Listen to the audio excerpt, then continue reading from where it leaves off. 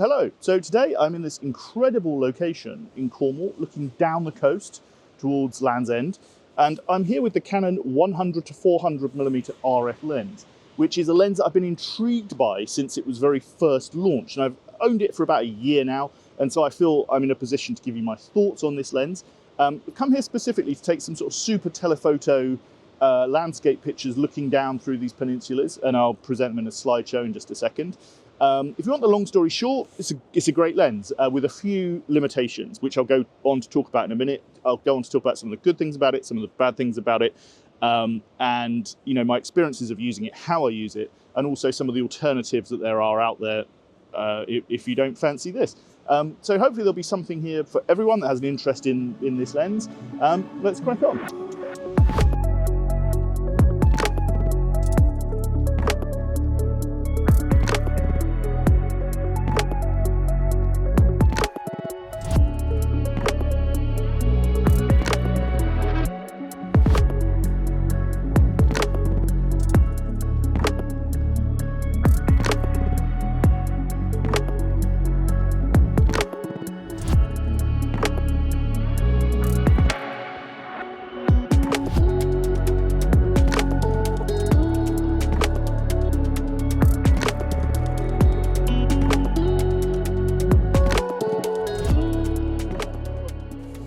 Hello, so we're back in the office, and to begin with I'll just talk about what this thing actually is and who it might be for. But to begin with, I just want to get something off of my chest, two things actually.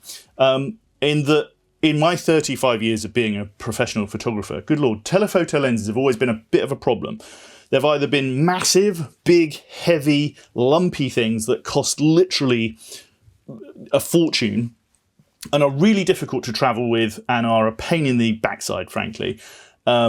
Or they were kind of lightweight, but not sharp and a bit rubbish and just too much of a compromise. So you're kind of always caught in this world. And I'm going back to the film days and early digital days, DSLR days. But now here we are with mirrorless. And I just want us to take a minute to look at this thing.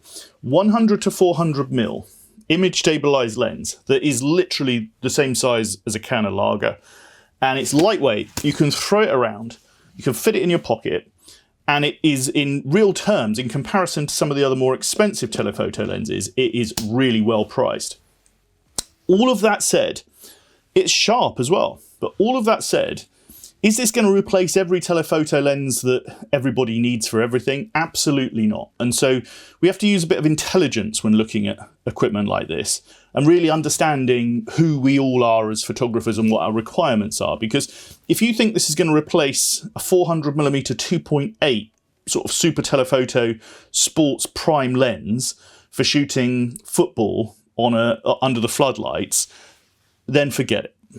Absolutely forget it. This is not the right tool for that job. It will have a crack at it, but it will not be the right tool for the job. If you think this is the right thing for going out into the Serengeti to photograph hippopotamus chasing golden eagles from 2 miles away, then, it's probably not the best thing in the world, and there will be a sort of something that is a better tool for that job, most likely. Again, but it will do a pretty good job of having a crack at it, that's for sure. But it is not everything to everybody. So we have to use, our brain cells a little bit when we're looking at these things. So what is it? Well, it's a super telephoto zoom lens. It's 100 to 400mm on a full frame camera. And that means that if you use it on a crop camera like the R7, it becomes, you can apply the 1.6 times magnification. So effectively it becomes close on a 600mm lens. Now everyone will speak differently about what that actually means. But to me, that's what it means. Also, on the R5 camera, you have this very clever crop mode, which means that you just effectively crop into a bit of a digital crop into the sensor.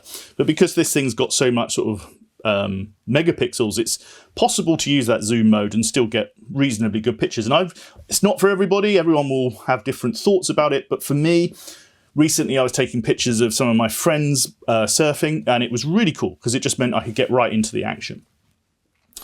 Is this a professional lens or an amateur lens? Well, it's kind of both, really. Let's sort of start with amateurs or enthusiastic photographers. If you don't have a telephoto lens, if you're sort of with just a kit lens maybe, or a kit lens and a prime, then this is a great place to start, I would say. You will learn a lot about telephoto photography. It will enable you to get really in close on your subjects. And it will certainly enable you to understand, if you use it well, to understand where you might want to go next in terms of, you know, if it's just the perfect thing for you and that's that, or whether there's another alternative lens that you should be looking to go towards. You'll kind of learn with this. If you're a sort of very enthusiastic photographer, or professional, semi-professional, I would say that it's not ever going to be, in my opinion, the only telephoto lens that you will ever need. You will probably end up buying something different depending on what your requirements are, but it does a really good job of kind of bridging the gap and being a sort of cover everything that you're not quite sure.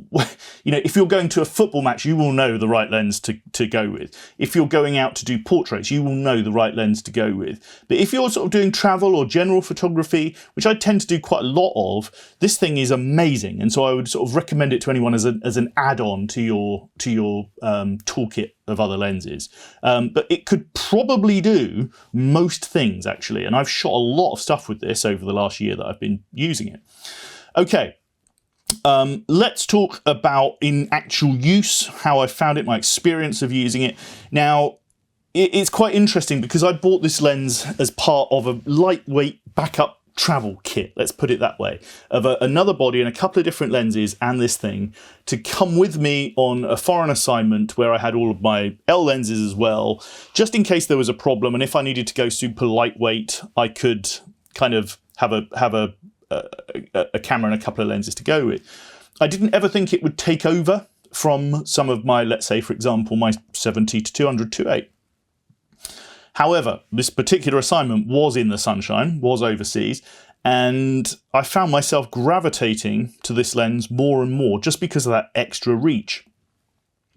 And surprisingly, to begin with, I kept trying to catch it out, kept trying to kind of, you know, prove it to be a pile of junk, and I just couldn't. I kept getting sharp pictures over and over and over again. I'm just looking here, you know, there's a print, like, I haven't considered this for a moment. There's a print here that I took with this lens from literally like a quarter of a mile away on an R5 on crop mode. I printed it out the other day just to try it out. Didn't think at all about this, just looking at it. It looks wonderful. I can't see how that could be any better. But it's in good light, right? That's the thing. Good light for this thing is essential. The image stabilization proves itself to be, again, I tried to catch it out. I wandered around a seaside town on the Gulf of Mexico, taking pictures. If I could dig them out, I'll put them on the screen. If I can't, I won't. Taking pictures at twilight at 30th of a second at 400mm just to try and see whether it would deliver sharp images or not. And you know what? You might have to drop a few frames in those circumstances to get a sharp one, you know, or take extra special care. But you know what? The image stabilization is just next level ninja, and a lot of the frames I took were more than acceptably sharp. However, that does not take into consideration subject movement. You know, if you've got a runner along the beach, yes, you could pan with them, and you'll get that sort of blurry effect, but you will get subject movement at a 30th of a second. So while image stabilization can fix a lot of problems, sometimes it can't fix those problems. And, you know, I used this, the very first shoot that I did with this was really late one night. There was a theatrical show going on, and I wasn't even supposed to be shooting it. I just had this with the Canon R8 over my shoulder. And there was a scene that I just could not help but take pictures of. And I cranked the ISO up as high as I could on the R8, which is something like 25 gazillion million billion or something insane. I can't even remember. It just works. The whole thing just works. A little bit of noise reduction, you're away. It's not perfect. When I shot that show for real, I shot it with a 70 to 200. Pictures are much better, lower ISO, everything's better. But, you know, in terms of a compromised lens, when you need one, good Lord, this thing can kind of really punch way above its weight. Okay, so there are a few problems with it, which I'll go on to talk about in a moment, but in general terms, over the year that I've used it, I can't say that I have had any actual sort of performance problems too much. Build quality is okay, doesn't have weather sealing on it, but you know what? I don't have weather sealing on me. I've been okay. I've had lenses fail that are fully weather sealed, and I've had lenses that aren't weather sealed still going strong for decades. So I think it's luck and care and you know, depending on which way the day goes, I guess, plays a big part. Okay, so let's talk about what is good about this lens. And the most important thing that I can tell you is that it's sharp most of the time through the apertures, through the zoom ranges. You will not have a problem. It just kind of finds sharpness and delivers it. Image stabilization is amazing. Like I said, it has this maximum aperture of 5.6 to f8, which can be a bit challenging in dim conditions. But in good light, it's not a problem at all because the EVF compensates as well for the darkness through the viewfinder. Without doubt, though, the best part of this lens is the size and the weight. And there's a word I'm going to use, which is deployability. You can deploy this thing easy. You will have it with you. I have it with me more often than I have any others of my telephoto lenses. And what that means is, you know, if you've taken out a second mortgage and you have bought the Canon RF 600mm f4, now that lens is amazing.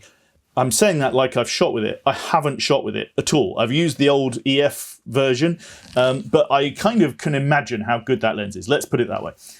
If you've taken out a second mortgage and bought it, I bet you won't have it with you when you're walking along the beach with your wife and there is a pelican flying through the setting sun.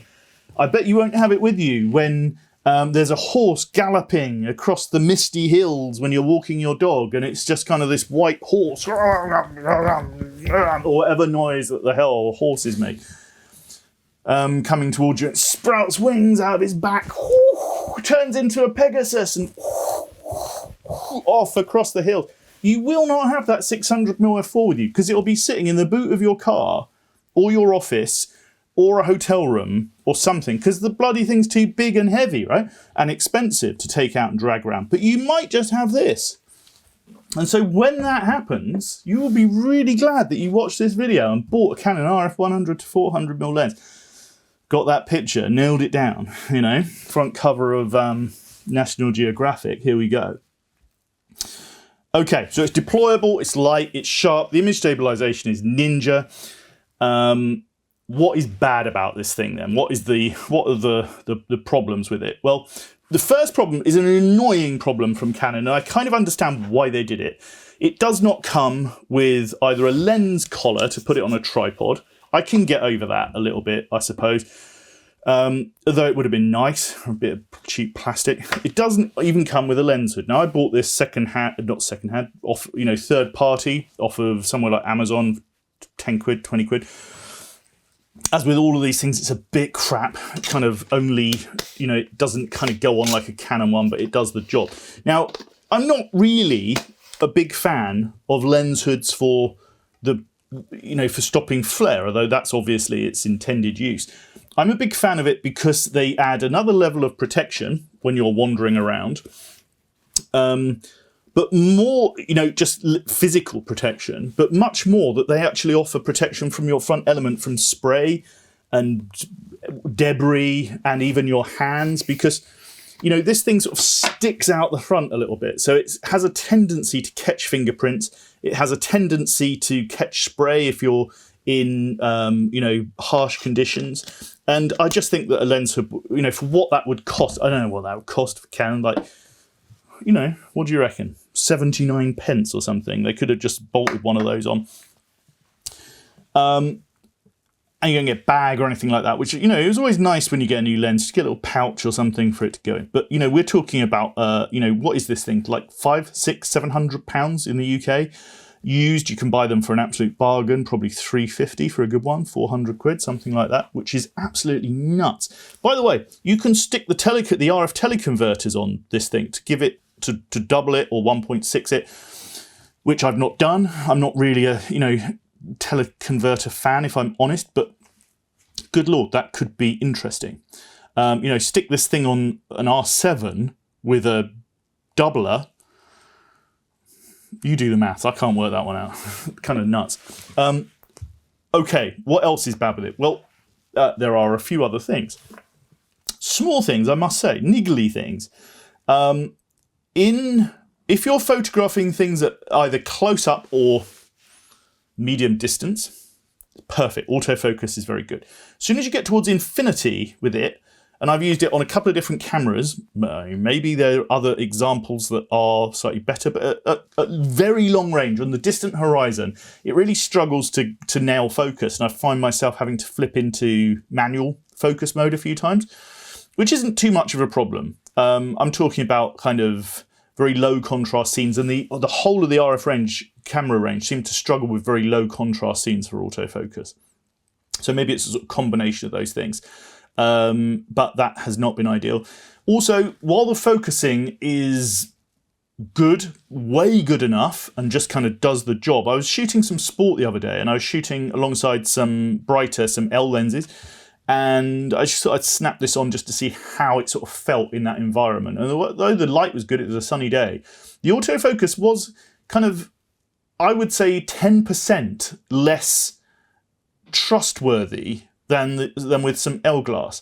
Now, I think that might be because it's got an f8 aperture, you can't really see what's in focus and out of focus through the camera, so you're trusting the system rather than trusting your eye to some extent. And that felt a bit weird because you can't, if you're shooting with a 2.8 lens, for example, you can clearly see what's in focus and what isn't, whereas with this, it's all a bit kind of, it's less clear, let's say. However, the results didn't really support what I'm saying, because I got a lot of sharp frames, but mostly sharp with everything. A few misses, but that's just the nature of the beast, probably me. Right, there are a couple of other negatives. Bear with me.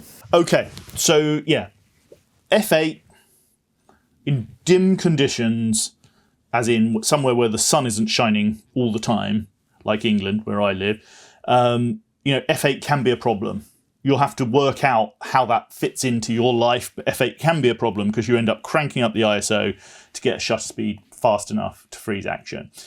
It has amazing IS, but the image stabilization will not freeze action. So depending on what you're shooting, you can't always rely on IS. At first glance, this zoom ring is ever so slightly too heavy. Now, after a year, this is loosening up a little bit to be about right, but it always felt, to begin with, just slightly too heavy. We're talking really tiny things here. I'm picking at straws, okay, just to give everybody my honest opinion of this. Actually, there are two more things. The next thing is that there is very little marking on here, which annoys the hell out of me of how we've come to this. That, this is a camera that was built before I was born, and it has distance scales, focusing distance, and aperture ring. This thing has none of that stuff. All right, just pointing it out. You'll have to come to your own conclusions about that. It's got nothing like that on it. It's very featureless. But you can access all that stuff through the menus, yes. The last negative is that this thing is not sexy. Look, this thing is pretty sexy, right? This thing is pretty sexy as lenses go. Big bad boy. This thing, if you care about such things, not quite so sexy. The lens hood does help, and size is not everything, I know. But if you're into such things, it's not quite, doesn't kind of scream pro sports photographer, that's for sure. That's because it's not a pro sports photography lens. Okay, let's talk about some of the alternatives. I'm gathering them around me now. Let's talk about some of the alternatives that you could go for rather than this. So actually, I just went onto one of the camera websites and sort of looked through. And this was one of the first RF lenses, but there are now lots more being added to the range. However, there's the 70-200 f4, 70-200 2.8, two of them now. They're all lovely lenses. They're all amazing lenses. They're all expensive lenses. Do any of them do quite what this does? Not really. It kind of stands on its own. Then you have that big old 200-800, which is amazing.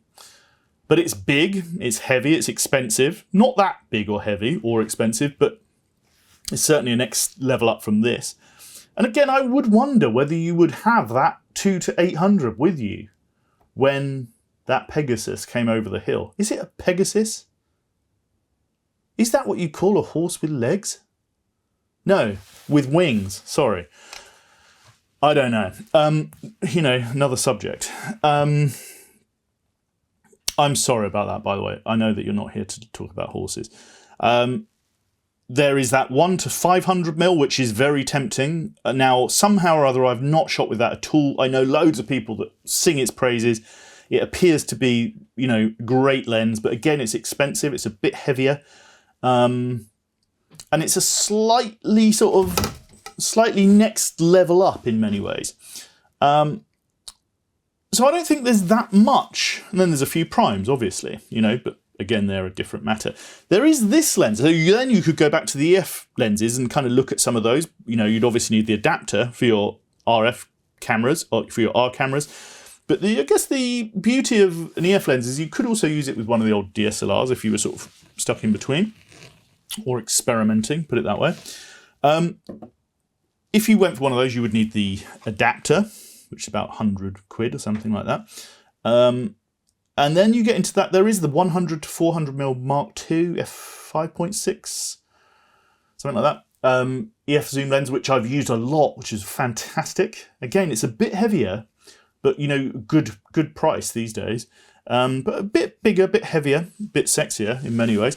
But then there is also this little creature, which I've been talking about for a long time, which is the 70 to 300mm L f4 to 5.6 EF mount. Obviously, you need the adapter to go on it to fit it onto an R body. But this is a lens that kind of dwells in the same kind of world of this as, you know, not quite the bright aperture of the 2.8 lenses, not quite the reach of some of the bigger boys, but in terms of sort of a travel, portable, do everything telephoto, and that is sharp all the time, this kind of does a great job. I really rate these lenses. Which would I choose out of these two? You know what? If now that I'm fully R'd up, if you like, into the world of mirrorless, I think I'd just stick with this because it's just so nice. I've been working on this little lightweight sorry, tripping over my words a lot at the moment. I've been working on this little lightweight travel kit, which fits into this little bag, which kind of has everything that I might need to go out for an entire day. Camera, a couple of primes and a telephoto, and some other bits and pieces. And good Lord, this thing is just lovely because it just slides down the side of that bag and you forget all about it. I don't think this one might, I guess, but that's still a bit heavier. Okay, here we are at the end of this video. I need to kind of create you a summary. So, in summary, we've gone to some quite strange places in this video, but I think that if you're looking for a good super telephoto zoom that gets you into 400mm for an R body, then I think you'd really, really struggle to do any better than this thing, so long as you understand the nature of its limitations. It's not going to get you those sort of amazing sports pictures under floodlight conditions, or those you know, elephants blowing out its water going out, whatever they do, you know, at sunrise on the Amazon River, if elephants live on the Amazon. I don't think they do. Thank you very much for watching. Goodbye.